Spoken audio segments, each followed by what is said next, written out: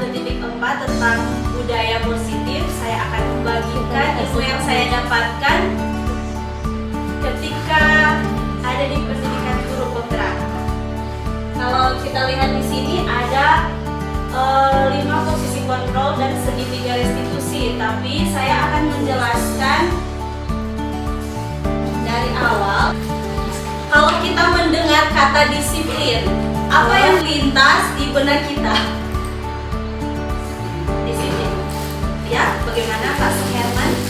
Guru penggerak angkatan 9. Aturan mungkin disiplin ya. Aturan. Ada aturan. Kemudian ada yang lain? Tata tertib. Boleh dikeraskan suaranya agar tata tertib. Oh ya. Terima kasih atas jawabannya. Di sini Bapak Pendidikan kita Ki Hajar Dewantara menyatakan bahwa di mana ada kemerdekaan, disitulah harus ada disiplin yang kuat. Sungguhpun disiplin itu bersifat self-disiplin, yaitu kita sendiri yang mewajibkan kita dengan sekeras-kerasnya. Tetapi itu sama saja, sebab jika kita tidak cakap melakukan self-disiplin, wajiblah penguasa lain mendisiplin diri kita. Jadi lebih ke dari diri kita sendiri, kemudian ke orang lain. Kita masuk ke nilai-nilai kebajikan. Di sini ada nilai-nilai kebajikan dari 6 institusi atau organisasi. Ada profil pelajar Pancasila, di mana kita tahu ada beriman, tentang keperluan universal, berkuliah, mandiri, bernalar kritis, berkebinekaan global, bergotong royong, dan kreatif. Kemudian ada juga IBO primaries, ada sikap murid, ada toleransi, rasa hormat, integritas, mandiri, menghargai, antusias, empati, pengetahuan, kreativitas, kerjasama, percaya diri, dan komitmen.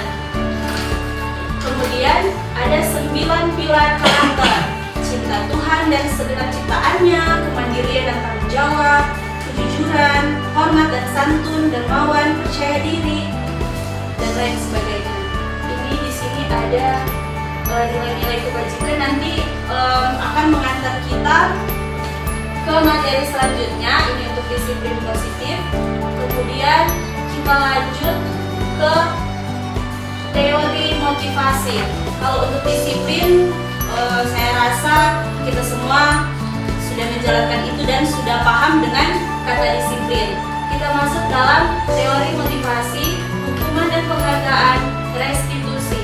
Nanti di sini kita akan masuk bagaimana, kenapa juga sampai kita memilih di PMM soal disiplin positif. Kemudian ada di dalamnya ada hukuman, penghargaan, dan restitusi. Kalau kita ingat minggu yang lalu sudah kita input ke PMM. Di sini menurut Diane Gossen dalam bukunya Restructuring School Discipline menyatakan ada 3 motivasi perilaku manusia. Pertama, untuk menghindari ketidaknyamanan atau hukuman. Kedua, untuk mendapatkan imbalan atau penghargaan dari orang lain. Ketiga, untuk menjadi orang yang mereka inginkan dan menghargai diri sendiri dengan nilai-nilai yang mereka percaya. Kita masuk dalam hukuman dan restitusi. Di sini ada perbedaan hukuman, konsekuensi, dan restitusi. Kalau hukuman, sesuatu yang menyakitkan. Kalau misalnya kita mendengar kata hukuman, lebih ke kalau konsekuensi, sesuatu harus terjadi. Kemudian ini kalau hukuman, tidak nyaman untuk murid atau anak untuk jangka waktu panjang, korban mendapatkan keadilan. Kalau konsekuensi, tidak nyaman untuk murid atau anak untuk jangka waktu pendek. Kemudian kalau untuk restitusi, menguatkan murid atau anak dalam jangka waktu panjang. Jadi di antara ketiga itu kira-kira mana yang ibu bapak pilih? Hukuman, konsekuensi, atau restitusi? Kalau dilihat dari dia, gimana ibu Meisha? restitusi. Ini contoh-contoh kalau kalimat hukuman. Awas kalau dilakukan lagi ya, nanti awas kamu. Lebih ke mode paksaan. Sedangkan kalau konsekuensi, lakukan apa yang saya katakan. Lebih ke stimulus respon. Kalau restitusi, apakah hal ini yang sesungguhnya ingin kamu lakukan? Nah, kalau kita kaitkan dengan anak-anak kita, contoh kalau misalnya Stephen melakukan kenakalan, bongkar-bongkar pintu, Stephen toki-toki kaca sama di kemarin kok. Kira-kira ya, orang guru mau pakai hukuman, konsekuensi atau restitusi? Misalnya, kalau hukuman, Stephen, nggak ada. Kalau konsekuensi itu masih gimana ya? DP kata-kata dan terus nih, lakukan apa yang saya katakan. Masih contohnya gimana Pak?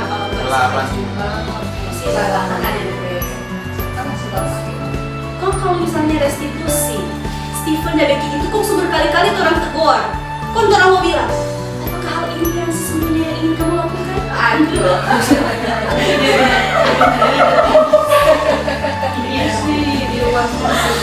Di pasien Manado. Ini Stephen, dia sementara ada apa-apa tuh di jendela ini.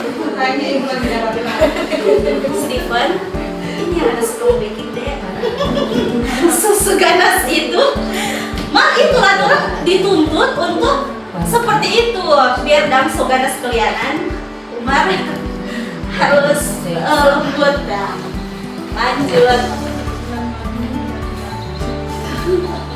Berdasarkan sedikit contoh tadi, kita dapat menyimpulkan bahwa hukuman bersifat tidak terencana. Berkali tiba-tiba langsung, oh nggak ada betul, anak atau murid tidak tahu apa yang akan terjadi dan tidak dilibatkan. Hukuman bersifat satu arah, betul? Nah, dari pihak guru yang memberikan dan murid hanya menerima suatu hukuman tanpa melalui suatu kesepakatan atau pengarahan dari pihak guru. Sementara kalau konsekuensi sudah terencana atau sudah disepakati, sudah dibahas dan disetujui oleh murid dan guru.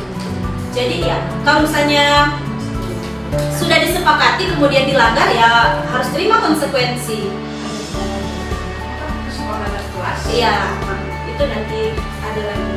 Setelah ini ya, nanti akan nyambung dah. Kemudian kalau restitusi dan konsekuensi biasanya diberikan berdasarkan suatu data yang umumnya dapat diukur. Misalnya 3 kali tugasnya tidak diselesaikan pada batas waktu tertentu, siswa harus siap menerima konsekuensi. Sikap guru di sini senantiasa memonitor murid.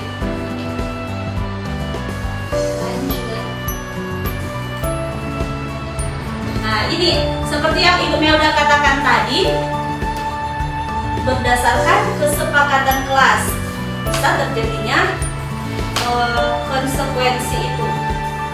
Di sini ada kesepakatan kelas, keyakinan kelas.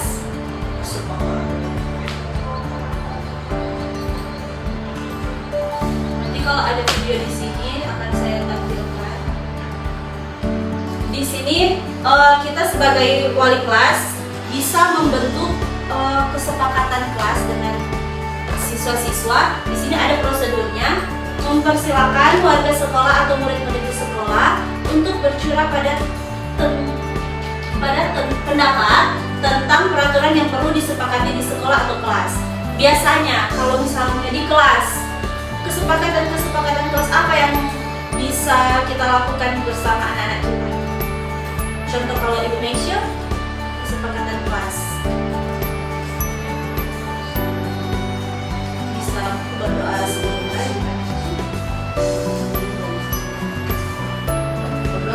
dan kemudian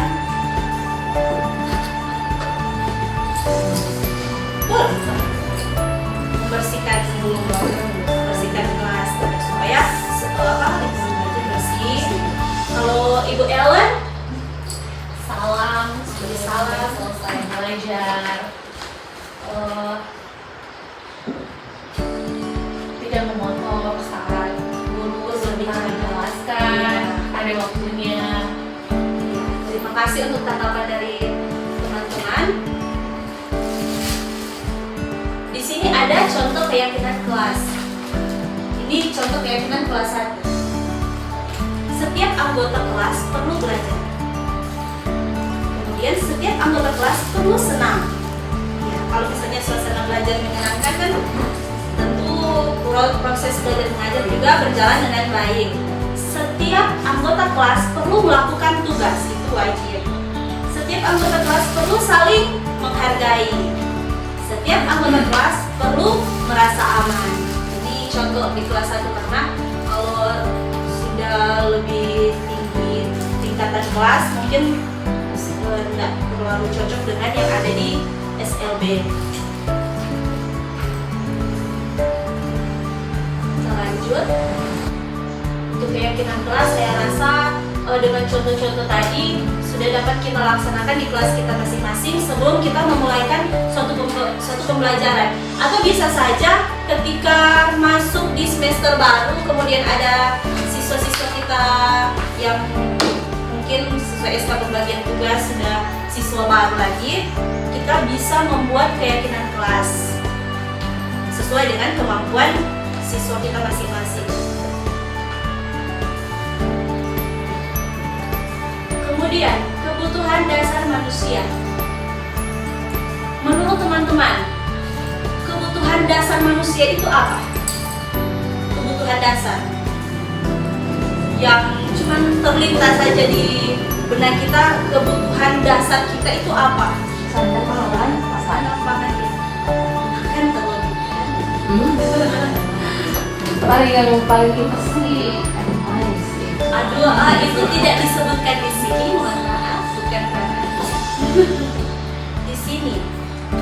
Kebutuhan dasar atau choice theory menurut Dr. William Glasser.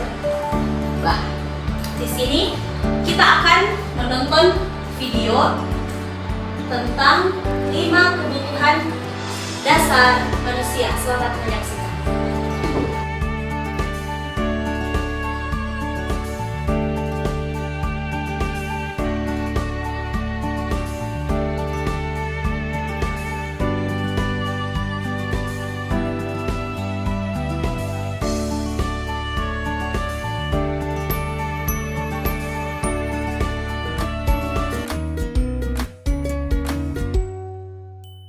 Salam dan bahagia Ibu dan Bapak guru hebat. Untuk membangun budaya sekolah yang positif dengan lingkungan yang aman dan mendukung murid untuk menjadi pribadi yang berdaya, seimbang, dan bahagia, salah satu upaya yang dapat dilakukan oleh guru adalah memahami kebutuhan dasar yang mendasari perilaku murid. Pada video kali ini, kita akan membahas tentang 5 kebutuhan dasar manusia.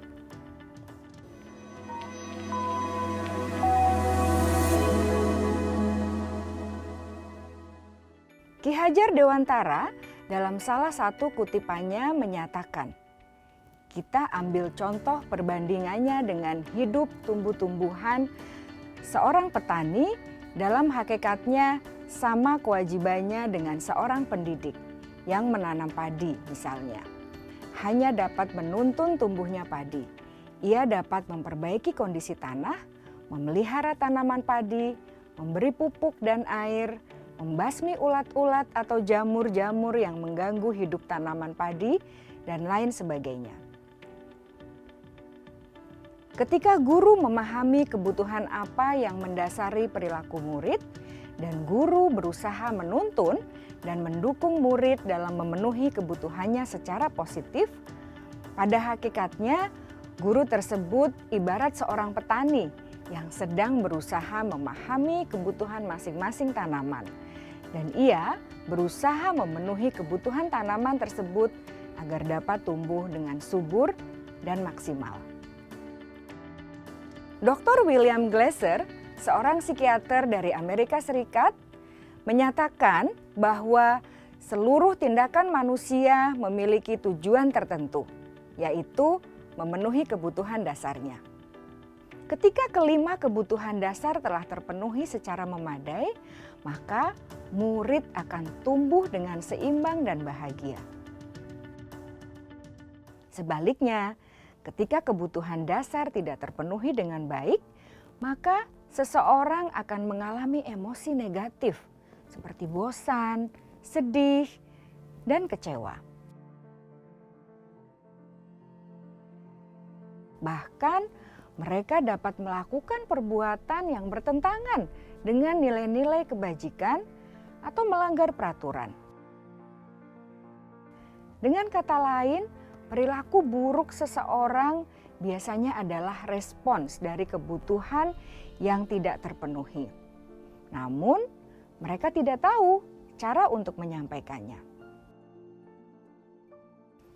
Ada 5 kebutuhan dasar manusia menurut Dr. William Glasser, yaitu yang pertama, kebutuhan untuk bertahan hidup atau survival. Yang kedua, kebutuhan untuk merasa diterima atau love and belonging. Yang ketiga, kebutuhan akan kebebasan atau freedom. Yang keempat, kebutuhan akan kesenangan atau fun. Dan yang kelima, kebutuhan akan penguasaan atau power.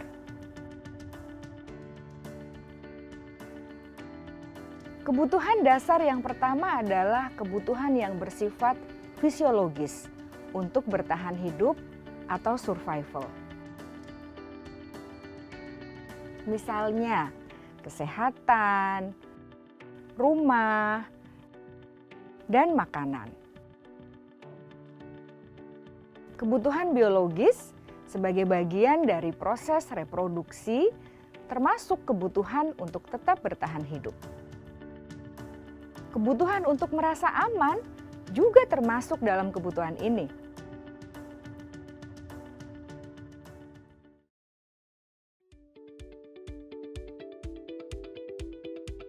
Agar murid dapat belajar dengan baik, kebutuhan mereka akan rasa aman, pangan, sandang, dan papan harus terpenuhi. Bagaimana mungkin mereka dapat belajar dengan baik bila mereka datang ke sekolah dengan perut yang lapar atau bila rumah mereka kebanjiran?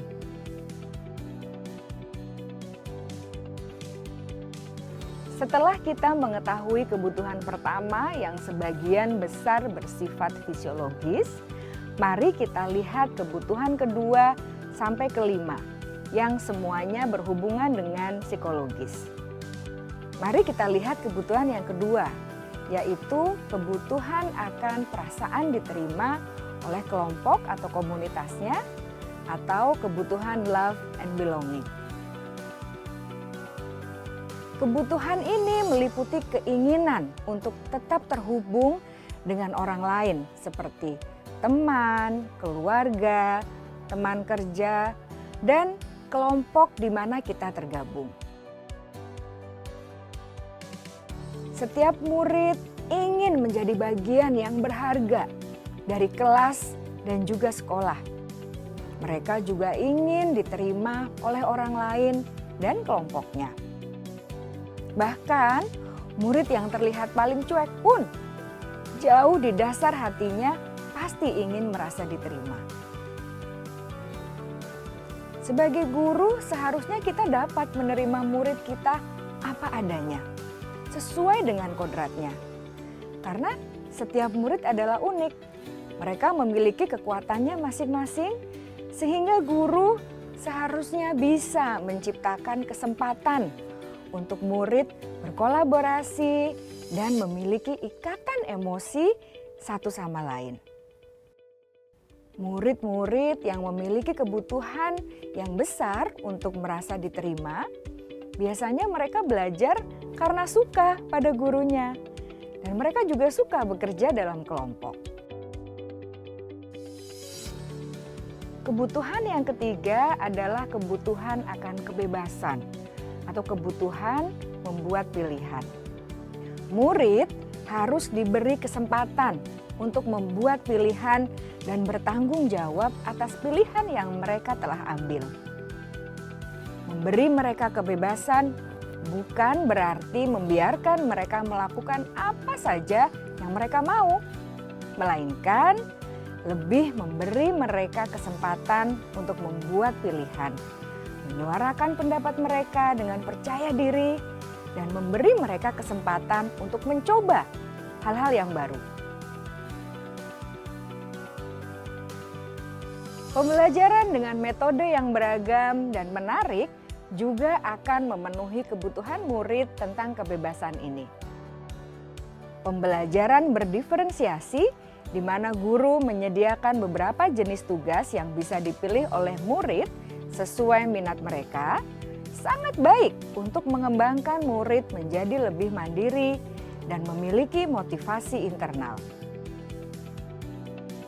Karena kebutuhan akan kebebasan pada dasarnya adalah kebutuhan untuk mandiri, memiliki otonomi, memiliki pilihan, dan mampu mengendalikan arah hidupnya sendiri.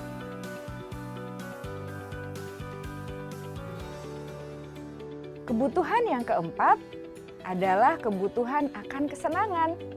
Bayangkan Bapak Ibu, hidup tanpa rasa senang.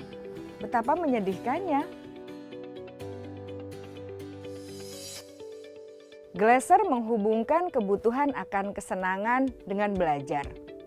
Jangan sepelekan kebutuhan murid untuk merasa senang di kelas. Sebagai guru, jangan ragu-ragu untuk dengan sengaja memasukkan kegiatan yang menyenangkan dalam kelas. Murid-murid dengan kebutuhan dasar kesenangan yang tinggi ingin menikmati apa yang mereka lakukan. Mereka juga konsentrasi tinggi saat mengerjakan hal-hal yang disenangi.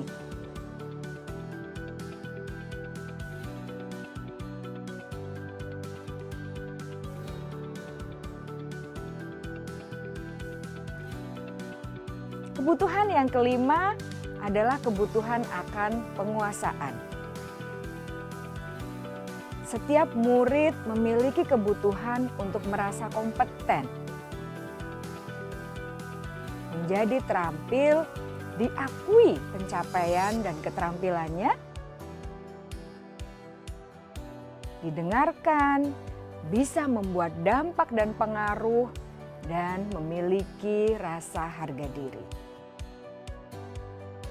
Mereka sebaiknya diberi kesempatan untuk membuat keputusan tentang hal-hal yang penting dalam hidupnya dan tidak merasa dikontrol oleh sistem sekolah. Pada murid yang telah menginjak usia remaja, seringkali mereka merasa tidak memegang kendali atas kehidupannya sendiri, karena guru kerap kali berpengaruh dalam mengambil keputusan. Murid-murid yang memiliki kebutuhan dasar akan penguasaan yang tinggi, biasanya selalu ingin menjadi pemimpin. Mereka juga suka mengamati sebelum mencoba hal-hal yang baru. Mereka juga perfeksionis dan merasa kecewa bila melakukan kesalahan.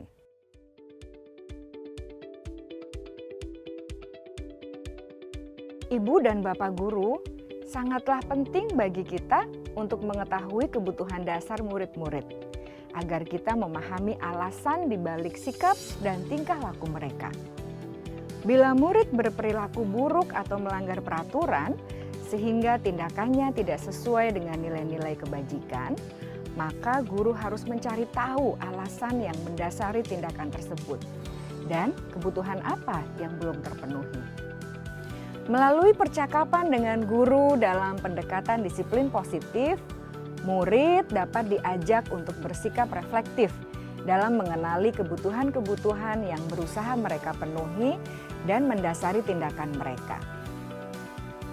Jika guru mengabaikan perilaku buruk murid-murid, maka perilaku tersebut akan berpengaruh pada suasana kelas yang kurang kondusif dan akan berpengaruh pada tujuan dari pendidikan itu sendiri.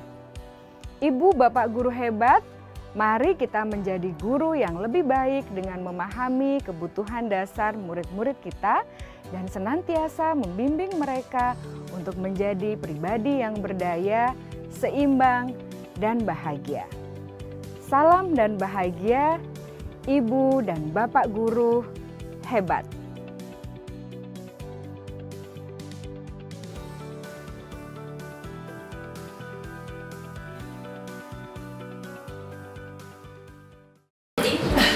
Ada 5 kebutuhan dasar manusia. Kalau di sini ada kebutuhan bertahan hidup.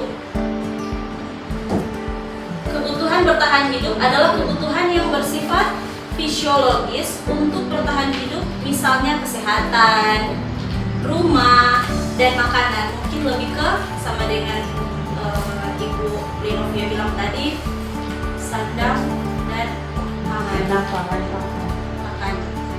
Kemudian kebutuhan hidup kasih sayang dan rasa diterima. Kebutuhan ini dan 3 kebutuhan berikutnya adalah kebutuhan psikologis. Kebutuhan untuk disayangi dan diterima meliputi kebutuhan atau hubungan dan koneksi sosial. Jadi seperti yang Ibu Inov katakan tadi, itu masuk di kasih sayang dan rasa diterima yang itu yang tidak mau disebutkan oleh Ibu Inov tadi. Itu masih di kasih sayang. Kemudian ada kebutuhan pengakuan atas kemampuan, bukan berbangga diri atau istilahnya makan puji. Lebih ke kalau misalnya bukan sombong dong. Mbak, bagaimana Kang DP bahasa itu? Kalau misalnya orang pengakuan atas orang kemampuan, Mbak lebih ke untuk diri sendiri dan bukan oke, mungkin orang lain menilai seperti apa, yang penting orang maksudnya lebih ke kepuasan diri dah. Taksonomi Zoom bukan Iya. itu. Kemudian kebebasan. Kan kita kasih enggak ya? Kebebasan adalah kebutuhan akan kemandirian, otonomi, memiliki pilihan dan mampu mengendalikan arah hidup seseorang. Anak-anak dengan kebutuhan kebebasan yang tinggi menginginkan pilihan. Mereka perlu banyak bergerak, suka mencoba-coba, tidak terlalu terpengaruh orang lain dan senang mencoba hal baru dan menarik seperti Liana. Kemudian kesenangan. Siapa yang tidak butuh kesenangan? Semua butuh untuk kesenangan. Contoh giling-giling, kapan kita akan giling ke Batu Angus? Itu kebutuhan dasar manusia. Oh, itu bukan sayin. Itu memang mengatakan. Oh. Iya, harus ada tindak lanjut dari apa yang saya katakan di sini, kebutuhan dasar manusia. Begitu juga dengan para murid kita. Mereka juga punya kebutuhan dasar yang harus kita wujudkan. Bukan cuma guru yang punya 5 kebutuhan dasar itu, tetapi siswa studi banding, ke jauh studi tour. Kita ke Manado, contohnya. Itu hanya contoh-contoh kecil. Ya, kita akan masuk ke 5 posisi kontrol dan segitiga restitusi. Kalau ini kita ada backing DPK.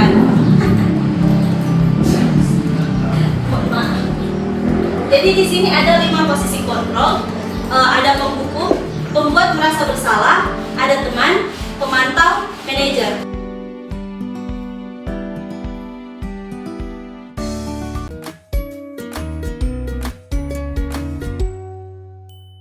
Salam bahagia Ibu dan Bapak Guru hebat. Dalam penerapan disiplin positif restitusi, salah satu program yang dikembangkan adalah 5 posisi kontrol. 5 posisi kontrol dalam restitusi adalah proses perjalanan seorang pendidik agar dapat mengenali dirinya. Pada video kali ini, kita akan membahas tentang 5 posisi kontrol yang dikembangkan oleh Diane Goossen dan contoh penerapannya.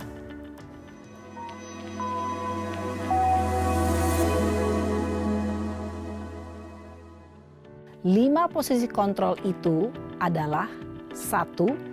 Posisi penghukum. 2. Posisi pembuat merasa bersalah. 3. Posisi teman. 4. Posisi pemantau atau monitor. Dan 5. Posisi manajer. Untuk lebih memahami kelima posisi tersebut, mari kita saksikan kasus Naren yang terlambat hadir 20 menit di sekolah dan melihat bagaimana kelima posisi kontrol dalam menghadapi masalah tersebut.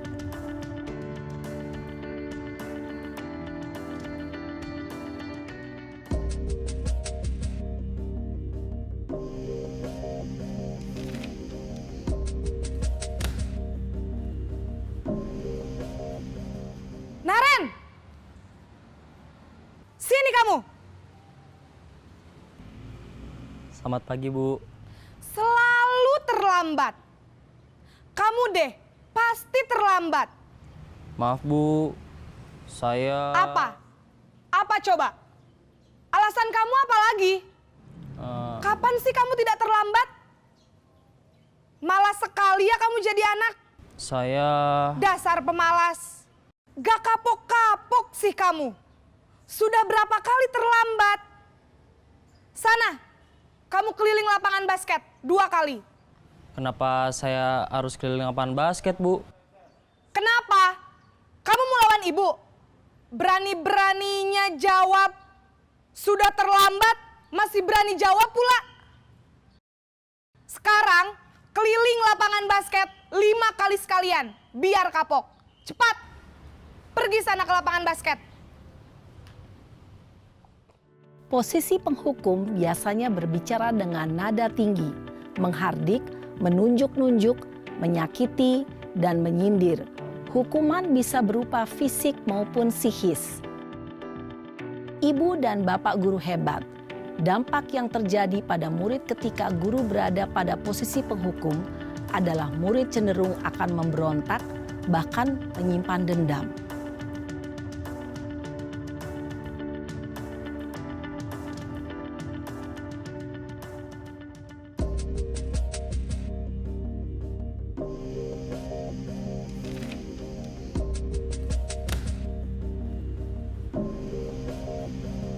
Naren!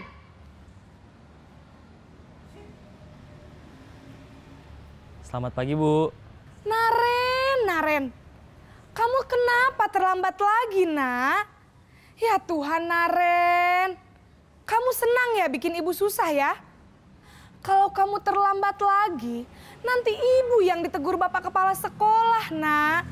Disangka ibu tidak bisa membina kamu. Duh, gimana ini? Maaf, Bu. Duh, Gusti Naren. Kamu suka ya kalau ibu ditegur bapak kepala sekolah? Terus, sekarang ibu harus tulis apa ini di buku absen? Ini kamu sudah sering terlambat loh. Ibu harus apa coba? Maaf, Bu. Maaf sekali. Ya sudah, lain kali jangan bikin ibu susah lagi ya, Nak ya.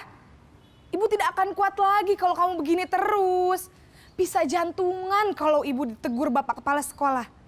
Sana cepat ke kelas. Maaf ya, Bu. Maaf sekali. Posisi pembuat rasa bersalah berbicara dengan nada tenang, cenderung lembut. Namun kata-kata yang diutarakan membuat murid merasa menjadi orang yang gagal. Memandang buruk dirinya sendiri, merasa tidak berharga, dan tidak sanggup membahagiakan orang lain. Ketika guru mengambil posisi pembuat rasa bersalah, murid akan menganggap dirinya yang bersalah dan ia akan menyimpan emosi negatif tersebut di dalam dirinya.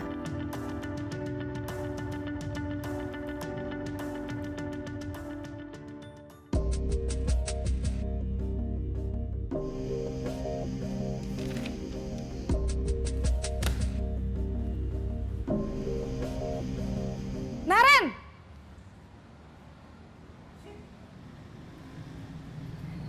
Selamat pagi, Bu. Wah, sudah jam berapa ini, Nak? Terlambat lagi ya, sayang. Iya, Bu. Habis ibu saya lupa bangunkan saya, Bu. Kamu malah menyalahkan ibu kamu. Kamu bukannya anak yang larinya paling kenceng. Kok terlambat sih? Iya Bu, saya memang terlambat bangun tadi.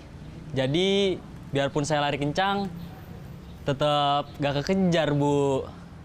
Ya sudah sana, nanti lain kali larinya lebih kenceng lagi ya. Biar gak terlambat lagi. Bikin seneng ibu, demi ibu. Bisa kan? Bisa lah Bu.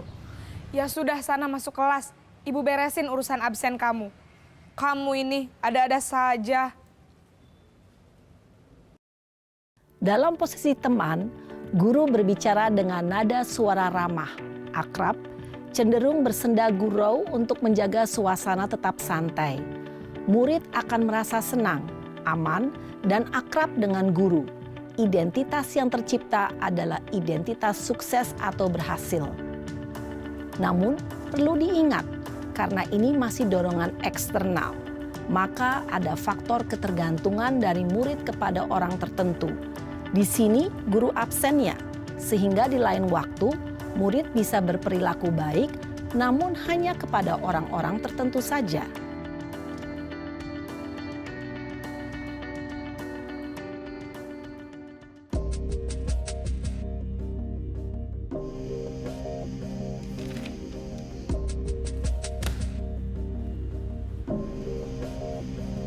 Naren!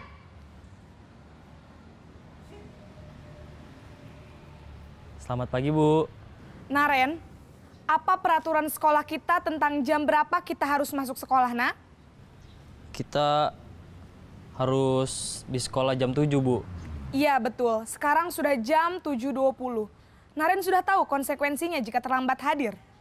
Paham Bu, saya harus tinggal kelas pas jam istirahat selama 20 menit. Iya benar, konsekuensinya demikian. Jadi nanti jam 9.30 pas istirahat, kamu harus tinggal di kelas, kerjakan tugas tambahan untuk ketertinggalan kamu, ya? Baik Bu. Posisi pemantau mengandalkan penghitungan atau data untuk mengontrol murid. Guru mengarahkan murid berdasarkan peraturan dan konsekuensi. Seorang pemantau menunjukkan bahasa tubuh dan ekspresi wajah yang datar dan cenderung formal.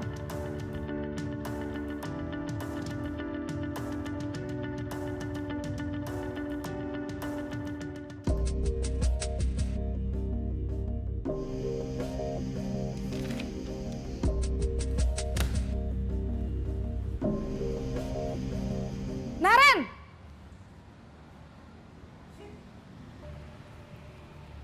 Selamat pagi Bu. Selamat pagi, Naren. Maaf Bu, saya terlambat. Iya, sekolah masuknya jam 7, sekarang sudah jam 7.20.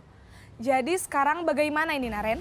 Maaf Bu, saya lupa setel alarm saya semalam. Baiklah, menurut kamu, keyakinan sekolah yang mana yang perlu kamu tingkatkan? Menghargai diri sendiri dan orang lain mungkin ya Bu. Setuju. Jadi, apakah Naren meyakini prinsip saling menghormati tersebut? Iya Bu, saya meyakininya.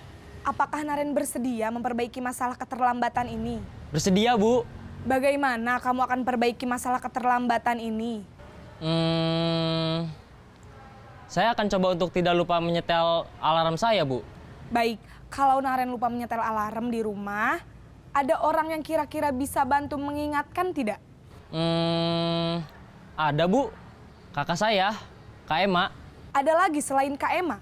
Selain Kak Ema, ada ibu saya. Baik, jadi yang mengingatkan Naren adalah Kak Ema dan ibu kamu ya?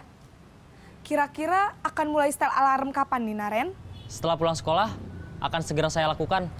Baik, jadi Naren akan setel alarm untuk bangun besok pagi dan akan diingatkan oleh kakak dan ibunda Naren ya.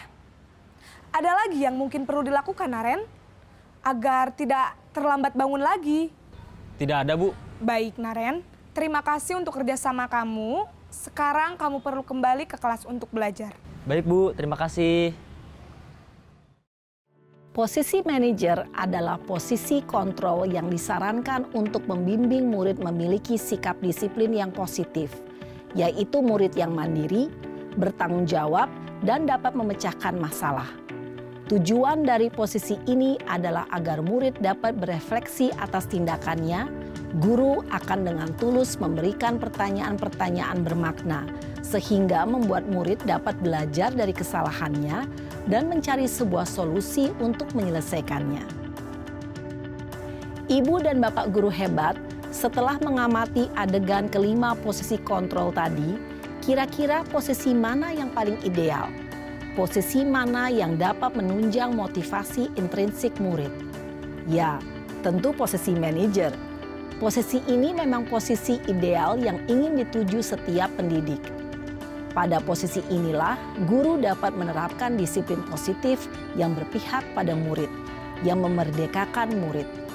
Perjalanan seorang pendidik tentunya tidak mudah untuk sampai pada posisi seorang manajer. Namun, tujuan kita pasti, yaitu menciptakan murid-murid yang mandiri, merdeka, dan bertanggung jawab. Semoga penggambaran 5 posisi kontrol yang telah diperlihatkan ini dapat menjadi ajang refleksi bagi kita semua, agar dapat terus mengasah dan menerapkan disiplin positif yang memerdekakan murid. Mari terus berlatih dan bersemangat. Selamat menerapkan. Salam dan bahagia Ibu dan Bapak guru hebat.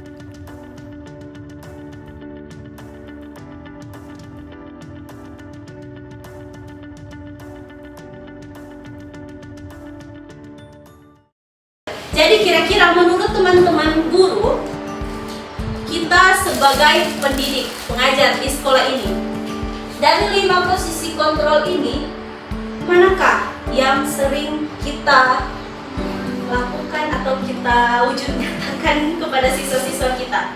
Kalau ini untuk sekilas, nanti ada penjelasan-penjelasan. Kalau pembuku, pembuat merasa bersalah, teman, pemantau, manajer.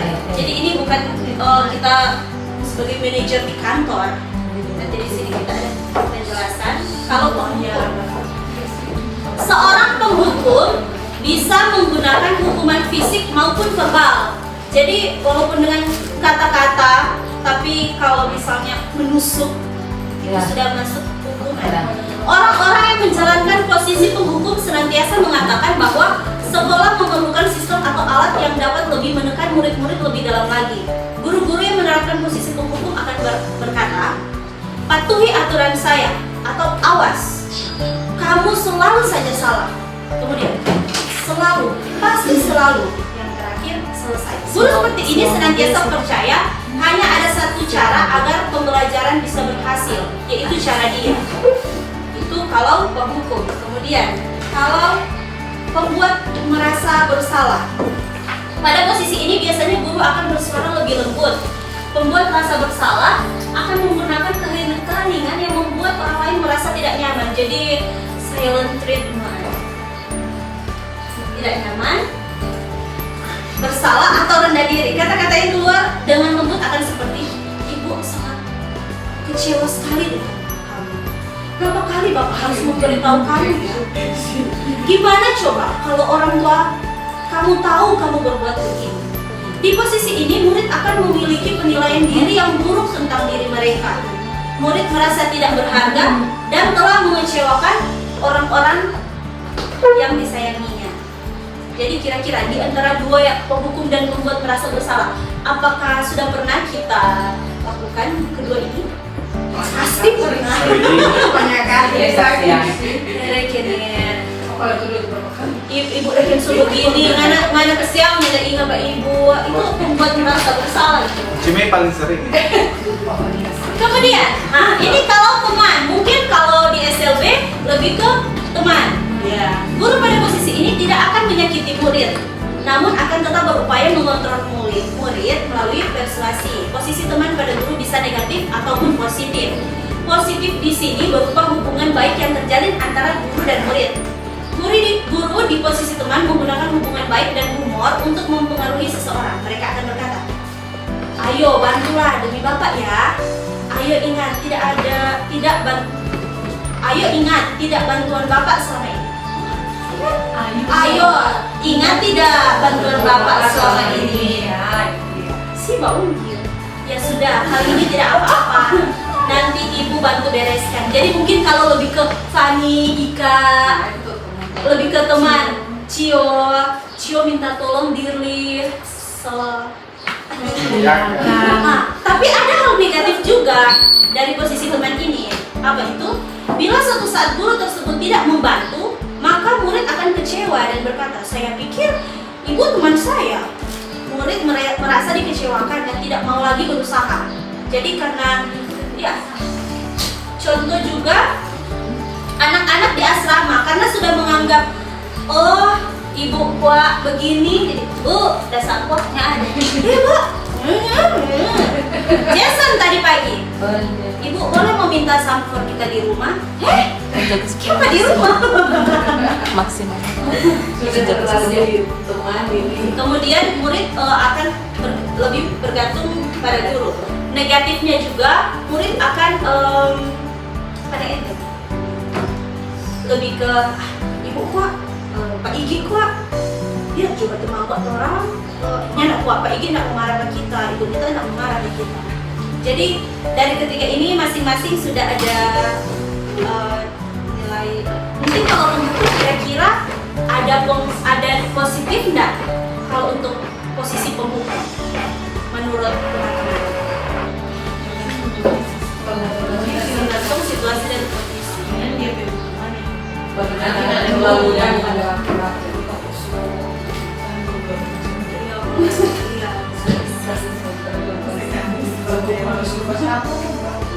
Kita lanjut. Ada juga ini posisi pemantau.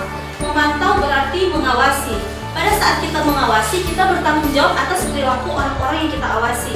Posisi pemantau berdasarkan pada peraturan-peraturan dan konsekuensi. Dengan menggunakan sanksi atau konsekuensi, kita dapat memisahkan hubungan pribadi kita dengan murid. Sebagai seseorang yang menjalankan posisi pemantau, pertanyaan yang diajukan seorang pemantau seperti ini. Peraturannya apa? Apa yang telah kamu lakukan? Sanksi atau konsekuensinya apa? Jadi lebih ke, jadi walaupun si sosok Becky salah, ini anak mau terlalu marah karena kan sudah tahu tuh kalau mana Becky ini DP konsekuensi apa. Gitu. Jadi so ada kesepakatan awal dulu dan jadi karena kesepakatan kelas baking dari awal, makanya ketika anak berbuat kesalahan, guru hanya setahu toh kalau misalnya baking ini apa yang konsekuensi apa yang harus kita terima. Ini ada satu yang paling terakhir, ada posisi manajer. Ini yang manajer yang sesuai dengan restitusi tadi. Kalau pemantau lebih ke konsekuensi, kemudian penghukum tadi yang posisi kontrol penghukum mungkin masih lagi di penghukum. Kalau pemantau dan pemantau masuk di konsekuensi, sedangkan manajer ini masuk di restitusi. Posisi terakhir manajer adalah posisi di mana guru berbuat sesuatu bersama dengan murid, mempersilahkan murid mempertanggungjawabkan perilakunya, mendukung murid agar dapat menemukan solusi atas permasalahannya sendiri. Nanti sebentar kita akan masuk di segitiga restitusi. Di situ akan dijelaskan bagaimana posisi manajer. Dari kelima posisi kontrol guru, kira-kira menurut teman-teman mana yang paling cocok kita praktekkan kepada siswa-siswa kita? Kalau dari penghukum, pembuat merasa bersalah, sesuai situasi dan kondisi. Kalau memang istilahnya hati-hati malaikat banget, mungkin manajer Kak. Mas kalau tolong ke situasi. Kalau mungkin kalau di SLB lebih ke teman. Manajer juga boleh, cuman untuk anak tunagrahita atau Dirli contohnya. Apakah masuk kalau misalnya mau waktu atur kesepakatan kelas kemudian dia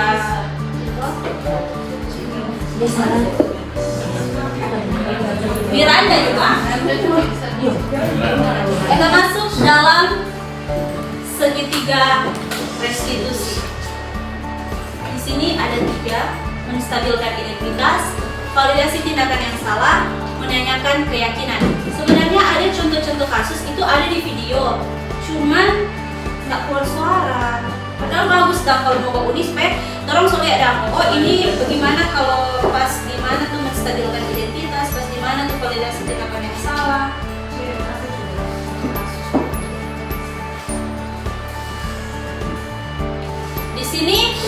Di sini menstabilkan identitas. Contoh ada kasus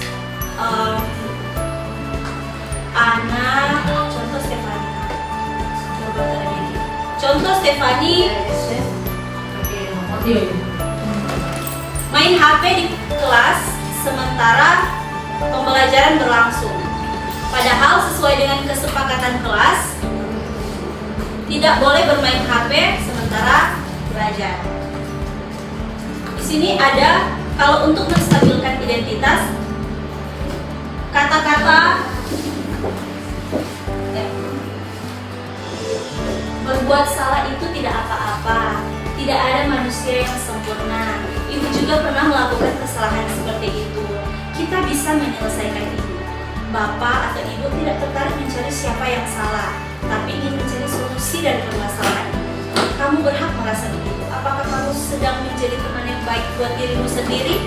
Itu untuk menstabilkan identitas. Jadi ketika siswa berbuat kesalahan, kemudian guru tidak langsung bilang, "Gimana? Ini Fani, berbuat salah itu tidak apa-apa."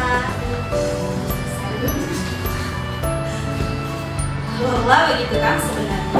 Mar harus seperti itu.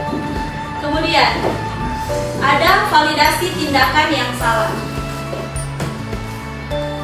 Seorang guru yang memahami teori kontrol pasti akan mengubah pandangannya dari teori stimulus respon ke cara berpikir proaktif yang mengenali tujuan dari setiap tindakan. Kita mungkin tidak suka sikap seorang anak yang terus-menerus merengek, tapi bila sikap itu mendapat perhatian kita, maka itu telah memenuhi kebutuhan anak tersebut. Jadi ada keterkaitan dari disiplin, motivasi, kemudian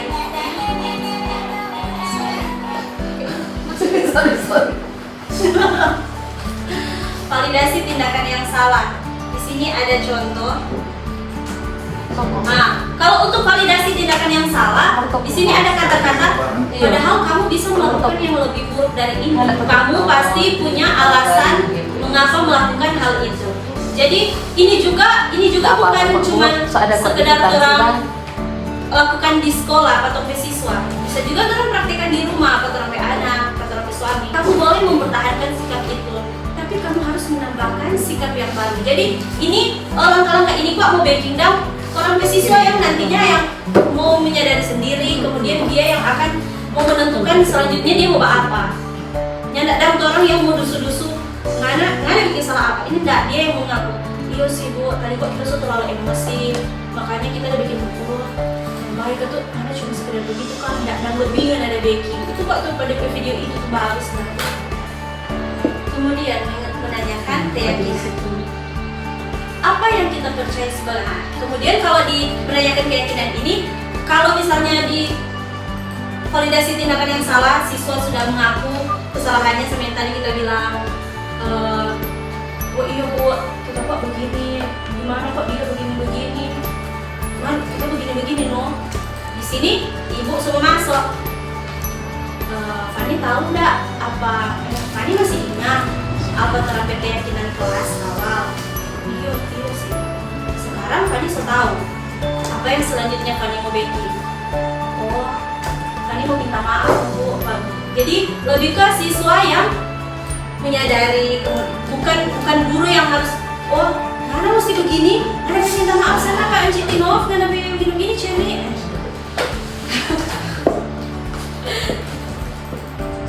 Tunggu mau tes buka DP video. Mungkin kalau misalnya Misalnya ini teori-teori ini yang orang pelajari dah. Kalau orang backing atau orang murid-murid, Rupa nggak mau puas kan? Kalau misalnya cuma mau batanya baik-baik, habis itu mau backing dia mengakui sendiri. Di sini ada contoh. Aku bisa orang yang pertama adalah menstabilkan identitas. Yang kedua adalah validasi.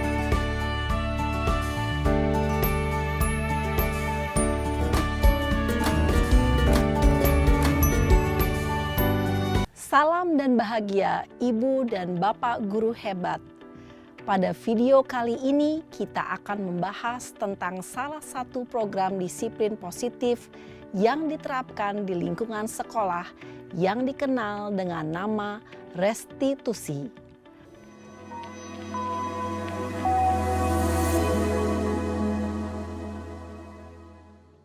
Restitusi dikembangkan oleh pakar pendidikan Diane Gosson, berlandaskan pada teori kontrol Dr. William Glasser.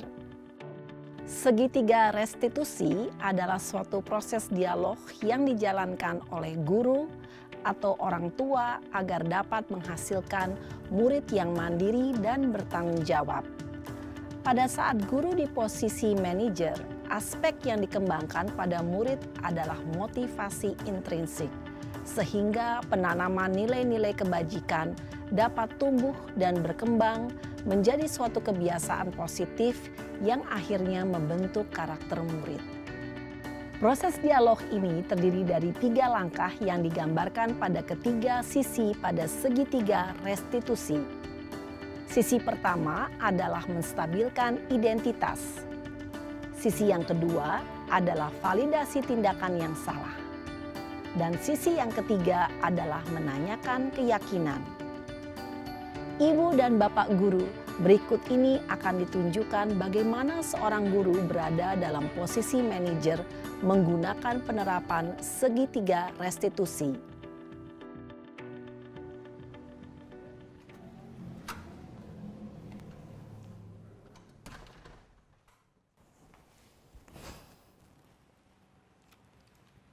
Siang Sarah. Siang Pak. Sudah lama nggak ketemu Sarah. Kenapa hari ini ada di sini? Kesel Pak, kesel banget. Masa aku dikatain tukang fitnah Pak? Ya aku marah lah. Aku balik ngatain Eka di depan kelas. Kesel banget. Oh begitu. Ya pasti kamu marah dan kesal. Bapak juga akan marah apabila ada yang menuduh Bapak seperti itu.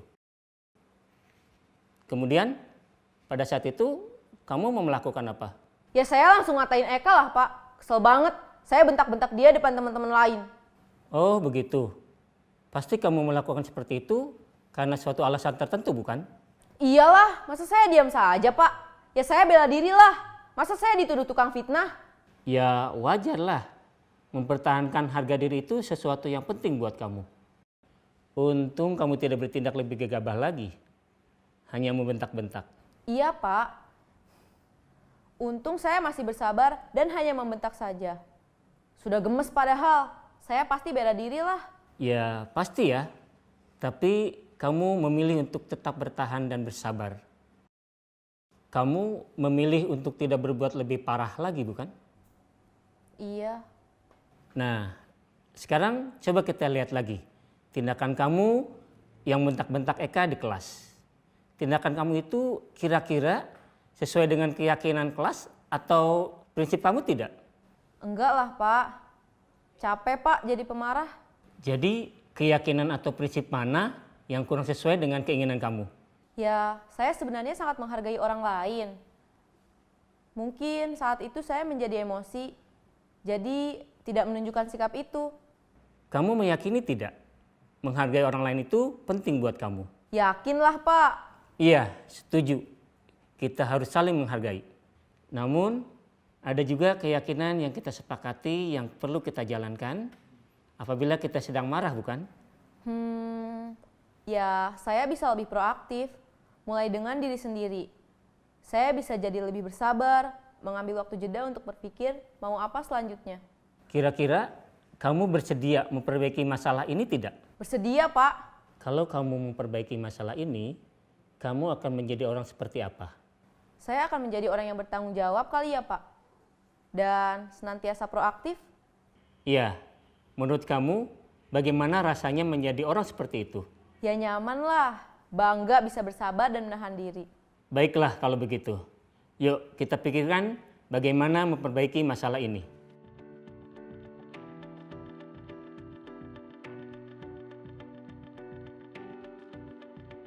Ibu dan Bapak guru hebat, baru saja kita menyaksikan contoh bagaimana seorang guru berada dalam posisi manajer menggunakan penerapan segitiga restitusi.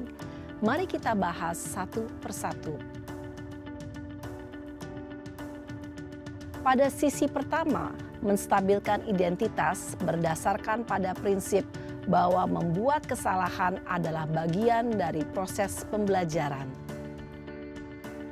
Sisi pertama dari segitiga ini berperan menggeser identitas murid dari identitas gagal ke identitas sukses.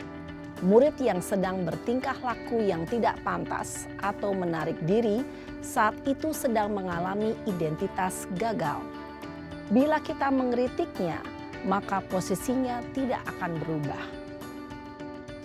Kita bisa mengajukan pernyataan-pernyataan ini. 1. Membuat kesalahan sesuatu yang wajar. 2. Manusia tidak ada yang sempurna. 3.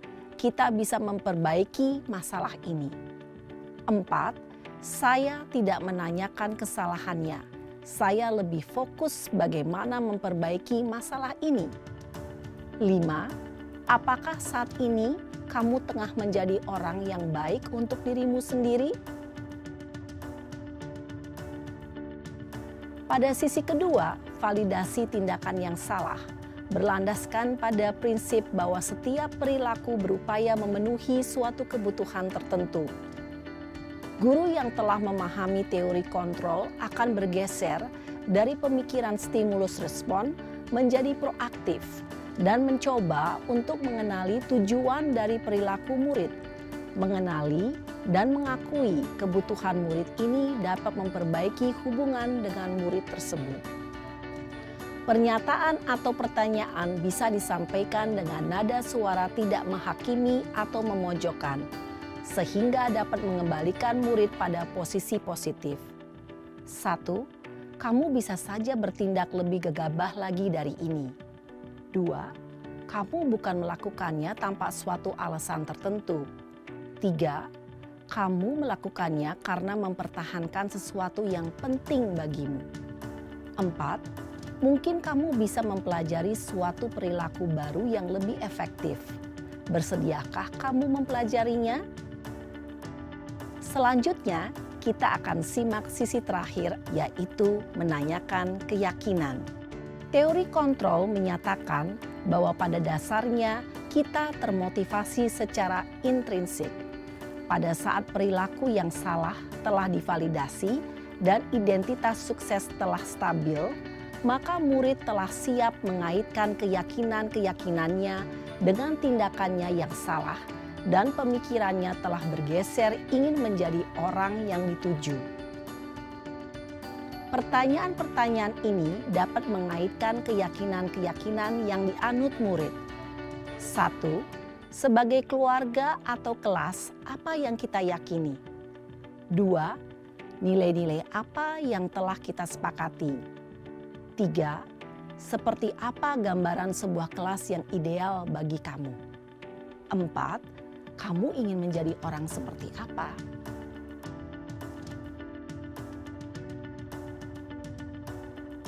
Dalam menerapkan segitiga restitusi, perlu diperhatikan beberapa hal, yaitu 1.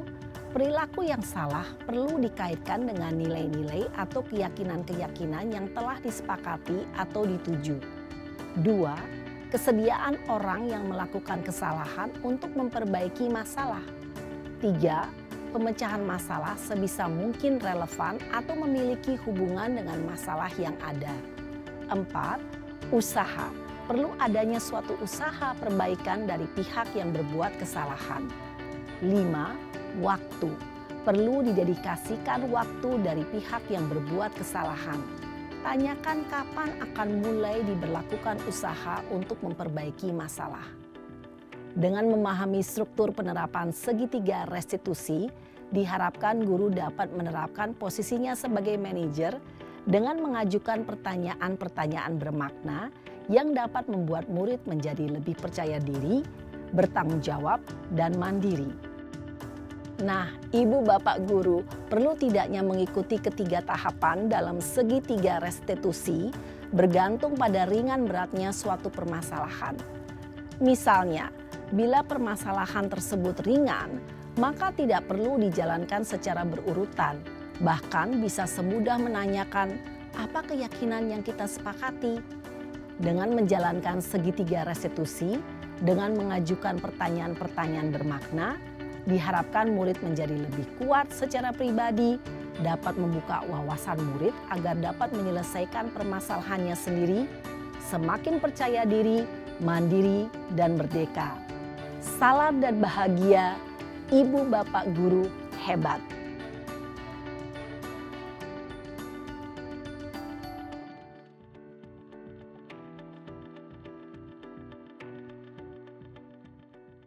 Terima kasih banyak untuk teman-teman yang sudah ikut serta dalam kegiatan di pagi hari ini. Dan kalau misalnya memang ada pertanyaan-pertanyaan bisa diajukan. Kalau saya ada yang ingin ditanyakan, boleh saya buka forum diskusi pada saat ini. Boleh. Apapun itu. Speaker tuh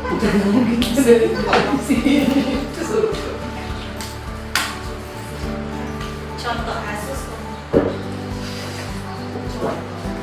Contoh kasus.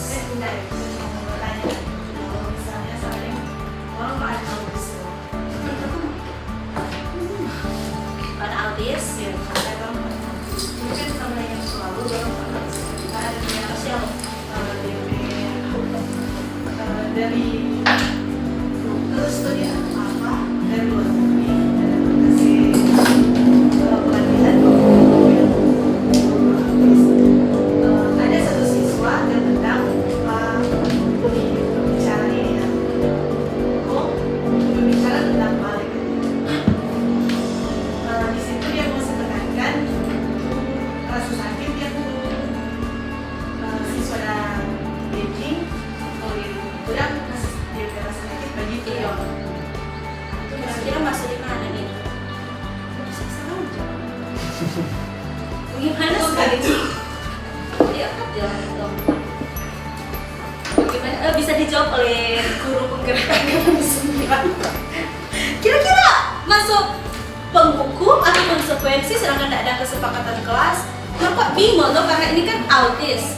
Mar itu pembicara itu apakah memang dia so paham tentang? Iya, dia kasih jelaskan kalau yang mana. Mar dia tak harus pakai kalau ini kan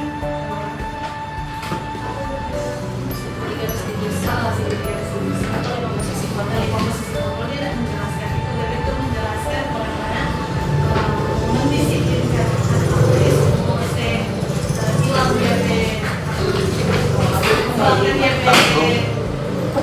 tantrum atau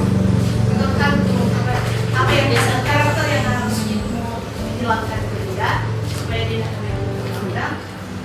Baking apa yang dia baking? Misalnya dia mempunyai duit, kemudian dia pulang supaya dia tahu pada yang ini tulang sakit ya. Kalau ini dia berkonsekuensi kalau ada baking.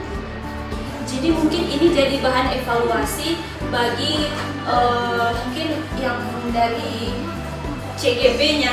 Karena kan lebih ke begini, kalau materi ini kan lebih fokusnya ke murid-murid reguler, sedangkan untuk SMP itu kan beda cara penanganannya. Jadi mungkin memang betul misalnya memang ada tindakan yang seperti itu agar supaya siswa autis itu berhenti melakukan buat tendang-tendang itu dah. Sedangkan yang nggak baking itu kan memang DP pembicara, otomatis dia paham akan ini karakteristik anak autis. Mungkin kembali ke tadi kan bilang itu DBM posisi bapak kalau boleh makan tergantung lagi kalau sekolah kan anak kembali lagi ke jenis kegunaan karena tiap anak kan beda-beda DP penanganan kan. Mungkin yang segitiga restitusi ini hanya untuk tadi. Dia bilang tunanetra boleh, tunadaksa boleh, tunarungu boleh. Terus sesuaikan lah dengan cara berkomunikasi itu dengan anak tunarungu. Mungkin kalau tunagrahita itu ada juga jenjang, tingkatan-tingkatan. DP kemampuan, sesuai DP kemampuan juga. Kalau misalnya tunagrahita legat hukum yang memang lebih di bawah tuh, setengah mati mau bilang apa ya susah lagi. Mungkin kalau Fani dengan kasih cio saja lah, butuh waktu lagi dah. Fani boleh lah. Nah kalau contoh siapa yang memang terlebih tunagrahita hukum berat itu? Dirli Kang, Dirli kok mungkin suka ada Steven itu banyak DP perubahan setelah setinggal di sini. Dulu cuma oh iya, itu harus ada segitiga restitusi. Mungkin kebiasaan di rumah dia ada di sekolah kan ada perubahan dengan diri itu. Iya, jadi sebagus sekali kan dia bilang, iya bu, iya mandi, iya bu, semandi, sudah bu. Sesimpel itu, tapi kan kalau di pertama, sekarang sebanyak perubahan. Jadi kesimpulan tadi Pak Ibu Shalom mungkin karena ini lebih ke siswa reguler, jadi oke lah kalau mau diberlakukan di sekolah pada umumnya.